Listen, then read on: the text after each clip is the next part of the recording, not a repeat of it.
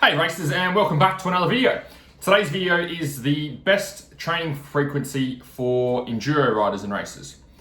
So I guess the real problem I'm trying to solve with this video is how much training is too much and how much training is not enough. What's the ideal amount of training that you need to be doing both with your riding and both off the bike as well in the gym for you to see progress throughout the season. So I've got a few notes here that I want to make sure I cover. So to give you the short, sharp answer is the solution that I use with majority of the riders I work with is we do 3 training sessions per week. Okay, so gym sessions, and then 1 session on the weekend, which is your riding. Okay, so 3 gym sessions during the week, 1 riding session a week. Now, the problem that I had when I was racing, when it comes to training frequency, is there's a few different mindsets that I had with what was going to allow me to make progress with my training. To be able to get fitter, to get stronger, and to improve what was happening on the bike. So, first thing is I bit off more than I could chew.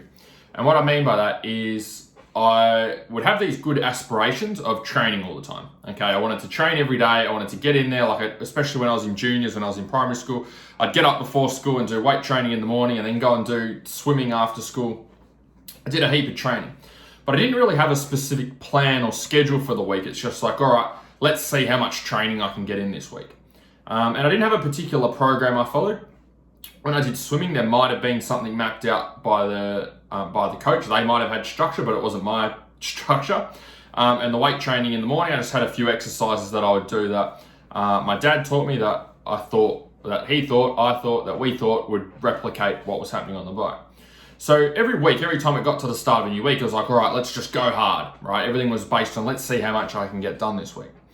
And so the first problem is I just had no structure.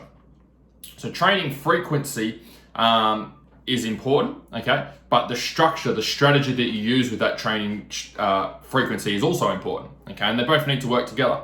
So if you've got a really, really good strategy, but you never train, the strategy is going to be shit. And if you just train all the time, okay, but you've got no strategy behind what you're doing, then you're not going to see the best or the most amount of progress from your training. So you got to make sure you got enough frequency with your training, okay, you're getting enough sessions in to see progress, and then also make sure you got the right strategy. So for me, I was all in the frequency column. I was just trying to get as much frequency as we can, and that meant that the strategy, or for me, the strategy side was the area that needed to work. And I see that with a lot of riders, racers still today.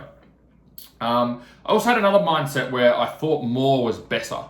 So I thought that if I did more training sessions and I did as much as I could and I could ramp up that frequency to as high as I could, that I could outwork everyone else. Okay, and you hear this all the time you see it on social media, you see motivational quotes like outwork everyone, you've got to outwork everyone or be hungrier than everyone else. As much as that's true, and you do need to work hard to be able to see progress, it's part of the equation for progress, but it's not the whole equation. You have to make sure you're doing the right stuff.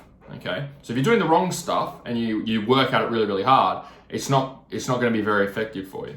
So for me, that was my mindset. So you just need to have a look at your training and go, okay, how much training am I doing? Have I seen progress with what I'm doing? Okay, over the last month, over the last 3 months, over the 6 months, 9 months, 12 months.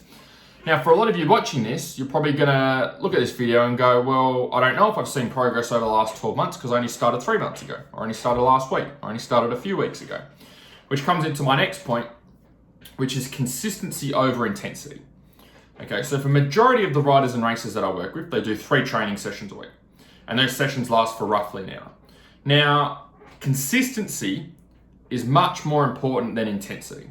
So in other words, it's much better to do 3 training sessions every week and be able to do that 50 out of 52 weeks of the year, rather than try and do 5 training sessions a week and only be able to do that for 1 or 2 weeks at a time, okay, and then getting off track. So the consistency is the underlying base of what's going to allow you to progress with your fitness. If you can't be consistent with what you're doing, then you're going to find it hard to stick to, and if you find it hard to stick to, then you're not going to get the results from it. Same goes with eating and nutrition as well, okay? If your particular way of eating or particular nutrition strategy that you have is so hard that you can't stick to it all year round, then you're going to find it very hard to make progress or to get to the result that you're after. Or once you get to that result, you're going to find it very hard to keep that result. So when you're looking at your training and training frequency, you want to make sure you're doing something that you know that you can maintain all year. Okay, you're not doing something that's flogging the shit out of you, or that's too hard to stick to, or work gets in the way, okay, or riding gets in the way, or travel gets in the way. You want something that you know without a doubt, okay, no matter how rough the week gets, 50 out of 52 weeks of the year, you're going to be able to get to majority of those training sessions. So if you're looking at your training sessions at the moment and you're overwhelmed with what you need to do for the week, then chances are you're probably just putting too much on your plate for where you're at.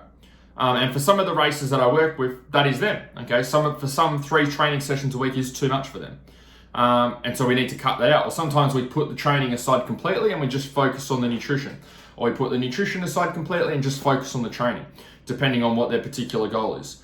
But the most important thing is you just want to make sure that you've got consistency. Consistency is like the bottom of the pyramid. Okay, once you've got consistency, then you can get some forward momentum, and then you can do all the fancy stuff with strategy and all the rest of it, and make things harder or make things easier, but underlying is consistency. So hopefully you found this video helpful. As always, if you'd like some help with this stuff, feel free to fill out an application form either up here or down here to work with me and jump on the waiting list. Otherwise, hopefully you found this video helpful, and I look forward to seeing you in the next one. See you guys.